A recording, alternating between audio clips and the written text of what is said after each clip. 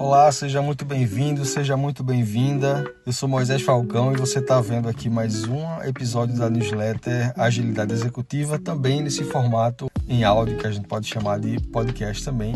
E hoje eu queria falar um pouco sobre dimensionamento de problemas. Porque alguns líderes se perdem no detalhe e esquecem o que realmente importa. Toda liderança de um produto convive com problemas diariamente. Isso aí a gente não pode fugir. O problema é que muitas vezes as empresas, organizações, esses problemas não são tratados de acordo com o impacto que eles realmente podem causar. Existe uma distorção. É curioso, isso acontece com frequência. Líderes gastam uma enorme quantidade de energia discutindo detalhes operacionais, enquanto questões muito mais profundas passam praticamente despercebidas. Ninguém quer dar importância para problemas maiores que exigem muita reflexão, muita discussão e que às vezes até causa a impressão que a gente não chegou a lugar nenhum. Esse tipo de problema incomoda. Mas assim, é como se a organização estivesse olhando para o lugar errado, é como se as pessoas estivessem literalmente distraídas. E isso acontece mais do que a gente queria admitir. Isso acontece e até com pessoas experientes é super normal. Imagine uma situação assim, uma situação comum. Uma reunião é convocada, a cor do botão, o tamanho do título ou o alinhamento de um elemento com outro numa página ou numa interface digital qualquer. A discussão vai se estendendo por vários minutos, às vezes até por horas, mas presos nesse detalhe que eu falei aqui para vocês. Enquanto isso, quase ninguém está perguntando coisas do tipo assim, esse produto realmente resolve um problema relevante para um usuário. Eu falei produto, mas pode ser também uma funcionalidade, uma característica, uma feature, né, como as pessoas gostam de falar. Essa coisa nova aqui, ela realmente tem um propósito, ela vai conseguir entregar um valor, ou seja, resolver um problema de uma pessoa. Ou então, assim, a gente pode questionar outras coisas, como a gente está facilitando ou dificultando a experiência de quem está usando esse produto todos os dias, né? Porque é isso, às vezes a gente tem algo que já está rodando, eu não vou dizer perfeitamente, mas já tem ali uma resolução boa de problema para as pessoas, e aí a gente inventa de fazer coisa nova que muitas vezes, além de não resolver nada, ainda vai causar uma má experiência para as pessoas. Assim, voltando, claro, os detalhes eles importam, né? A experiência do usuário importa, a interface importa, a cor do botão importa, o tamanho do texto importa, o tamanho da logo, né? Às vezes é uma discussão que se estende bastante, assim,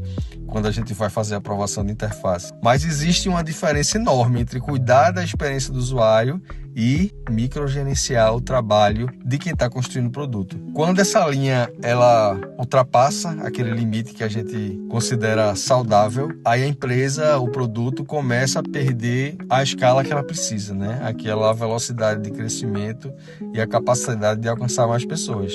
Os líderes, né, começam a agir como revisor de pixel, né? A gente chama aqui de flanelinha de pixel. Enquanto decisões estratégicas, elas simplesmente são ignoradas. E o resultado disso, apesar de ser previsível, muitas vezes é ignorado. O time trabalha muito, entrega bastante coisa, mas o impacto real do produto continua pequeno. Fica aquela sensação de frustração também, né? Porque como a gente se esforça tanto e a gente não consegue alcançar coisas que realmente vão fazer a diferença no modelo de negócio que você está inserindo. A lógica é simples, que pode evitar esse tipo de armadilha. Todo problema deveria ser dimensionado de acordo com o estrago que ele pode causar.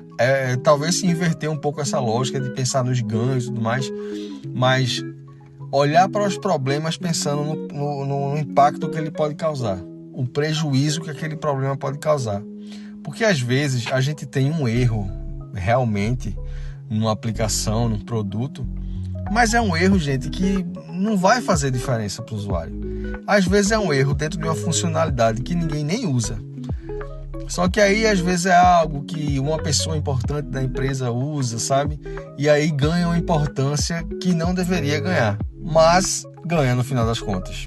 Um bug que impede um usuário de finalizar uma compra, por exemplo, vamos falar de, e-commerce, é um problema enorme. Uma tela que demora milissegundos a mais para carregar pode ser mais relevante do que a cor de um botão, por exemplo. Uma frase mal formulada pode parecer apenas um detalhe editorial, mas dependendo do contexto, pode afetar diretamente a confiança do usuário no seu produto, na sua marca. Então, pensar também em como os textos, né, como o conteúdo textual do seu produto vai impactar em como o usuário ele interpreta e ele sente o seu produto, também é importante.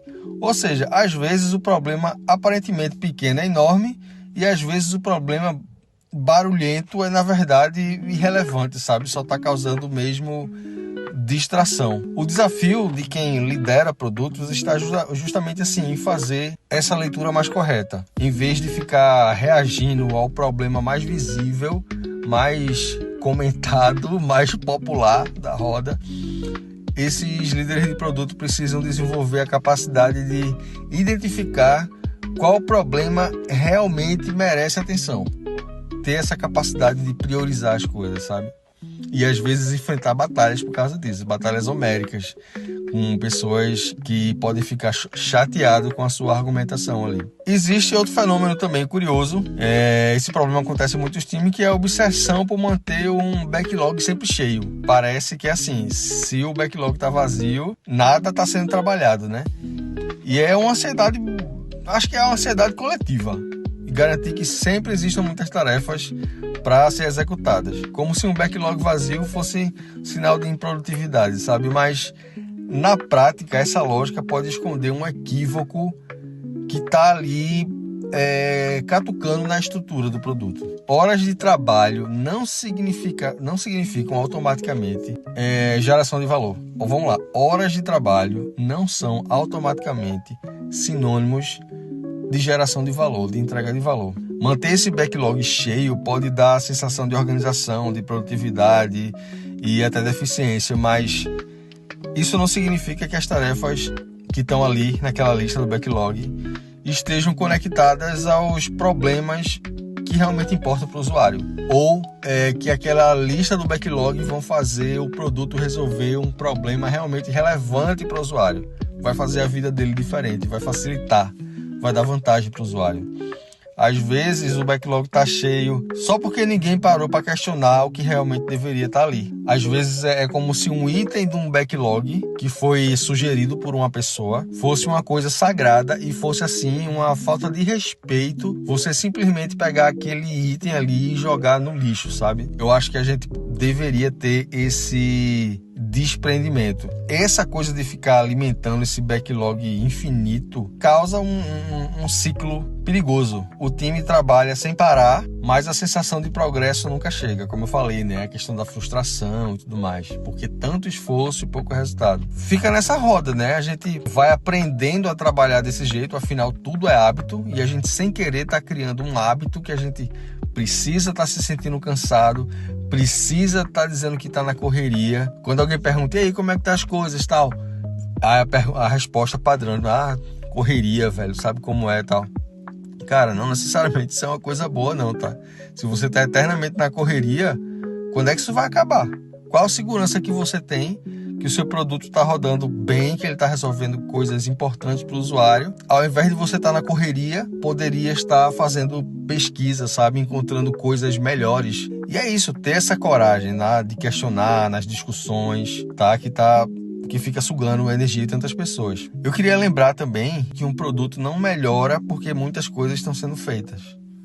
Um produto melhora quando os produtos certos estão sendo resolvidos, quando os problemas certos estão sendo resolvidos. Liderança em produto não é apenas sobre organizar trabalho, mas é sobre desenvolver a capacidade de distinguir o tamanho dos problemas. Assim, discutir o que é um ruído, ou seja, uma distração, aquela confusão toda às vezes que acontece no dia a dia, sendo que às vezes tudo aquilo que está sendo discutido não vai impactar em nada, sabe? Quando a gente começa a enxergar e dar valor e a priorizar só aquilo que realmente causa impacto, as coisas começam a melhorar um pouco. Quando todo problema parece ter o mesmo tamanho, ferrou. Porque todo mundo, inevitavelmente, assim, começa a priorizar a coisa errada. Se tudo é urgente, é só uma questão de quem pediu primeiro, pronto, ferrou. Sabe, eu acho que a gente perdeu a capacidade de enxergar essas coisas, de saber priorizar mesmo. Quando isso acontece, no final, o backlog ele pode até estar cheio, como a gente falou, mas o valor que a gente está entregando ali, sinceramente não vai ser grande coisa. No meio dessa confusão toda, vamos dizer assim, né, causada pela falta de uma visão correta para priorizar as coisas, a gente vai encontrando distrações diferentes. Às vezes é um backlog cheio, como eu falei agora. Às vezes dá muita importância para as coisas imediatas, como eu falei, né, o texto, um textinho, o tamanho da logo, a cor do botão. Pode ser a sensação de que, qual é o relatório? Eu preciso de um relatório de horas trabalhadas do time, como se quanto mais o time trabalhasse, quanto mais horas forem dedicadas ali à execução de desenvolvimento, sabe? Quanto mais commits tem ali no repositório, então significa que a gente está entregando mais. Tudo isso é distração. Tudo isso é distração. Claro, todo mundo tem a sua capacidade, a sua maturação profissional, mas tem uma pessoa responsável por tudo isso. São os líderes, são os gestores. Essas pessoas têm que viabilizar o ambiente, sabe? Uma cultura que faça com que as pessoas evoluam, amadureçam a sua percepção de negócio, a sua visão de modelo de negócio, entenda como as coisas se conversam, as áreas se conversam. E isso demora, por isso que muitas pessoas torcem o nariz para esse tipo de argumentação, porque ninguém vai ver um resultado imediato, ninguém vai dizer, foi graças a mim, ou foi graças a A, ou graças a B, porque isso é sistêmico, depende realmente de uma ação coletiva de pessoas. Você pode perceber isso em times isolados, mas quando isso se aplica a uma empresa como um todo, faz muita diferença. Bom, eu acho que é isso. Dá para a gente se alongar e desdobrar esse tema em muitos outros, mas para não deixar o episódio tão longo, eu vou terminar por aqui. E eu já vou pedir para vocês, me sigam lá no LinkedIn, Moisés Falcão, assinem também a newsletter Agilidade Executiva. Valeu, até a próxima!